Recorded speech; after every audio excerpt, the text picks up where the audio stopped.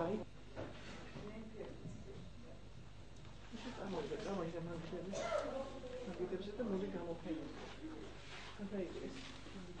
მოდი ხა გამოფენა გადაიგეს. აი ეს გამოფენა.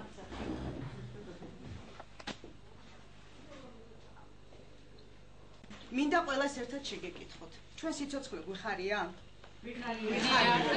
ალბათ არ შემცდავარ იმ დროს, როდესაც ამ საღამოს მე ლადო ასათიანს დავესესხე ამ სიტყვებს და ამ საღამოს ვუწოდე დაიმბედნიერს დღეს გაუმარჯოს, როცა ჩვენ გავხსნით ამ ქვეყანას. აბრუნდებოდეს ჩვენი ბავშვობა და სილამაზე. ჩვენ ვაჟკაცობა ძველთაგან მოგდევს. ყველამ გაიგოს, ყველამ იცოდეს.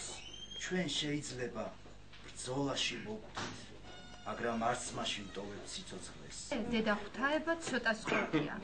იმ ცოტაში ჩვენ შევდივართ ქართველები. და ეს არ არის შემთხვევით.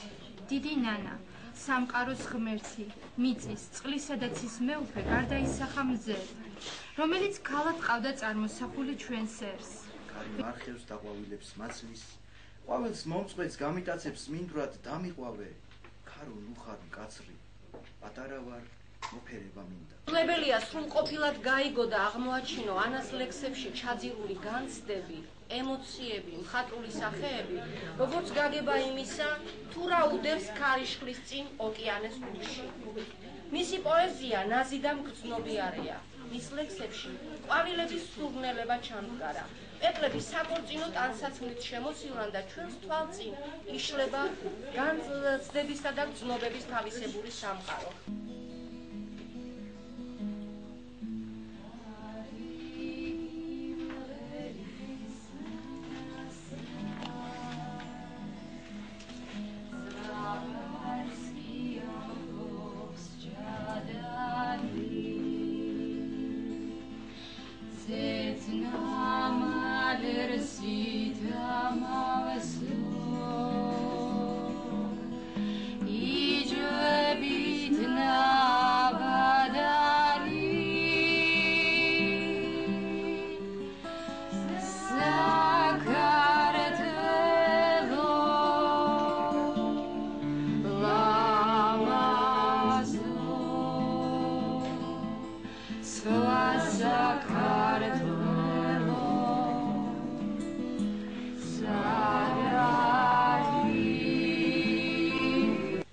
დამადგით გულზე დამადგით ფეხი ყოველმან წყალობა ჰყავით.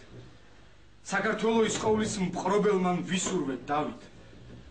ფეხ ქვეშ გაცვითეთ საფლავის ლოდი ყურძნის მტევნებით. ასეთი ცოდვა რა გაქვს მეფეო მიუტევები. ღირს მსახურებდი ქართულ მიწაწყალს რაი გადარდებს. გასწია იგი ნიკოლსიიდან დარუბანდამდე. თუ ეს მაღალთა თავმდაბლობაა ოდით და ოდით. თუ ცოდვილი ხარ მაშინ მეფეო რაღაცნან ცოდვა. ხალი ვარ. ო, ძლიერი მიწის სუნთქვა ვარ. მე ვამსხრევ ყოველს, ვამგრევ ყოველს, ნუ მეურჩები. შენ მიხმობ მაშინ, როცა უკვე ზღვადმი ვიქცევი და შენს თვალებში სინანულის კრთება ცრემლები. შენ დაამძიმე, სული ჩემი, გონება ჩემი, რატომ შეეხე ჩემს კრეცამბელს, რატომ შეეხე? ხოლო შენს გულში მიყოვნია ვანი სულისაც. მაგრამ დახედეთ განჩინებას ამას სოფლისას. მეტყვის ცდებიო პატარა ქალო, შთამდერე ქარო, ნახონ ძალა ჩემი გრძნობისა.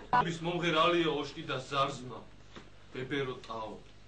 შენ ისე ღრმა ხარ, ისე ფაქიზი, ქართულო ცალ.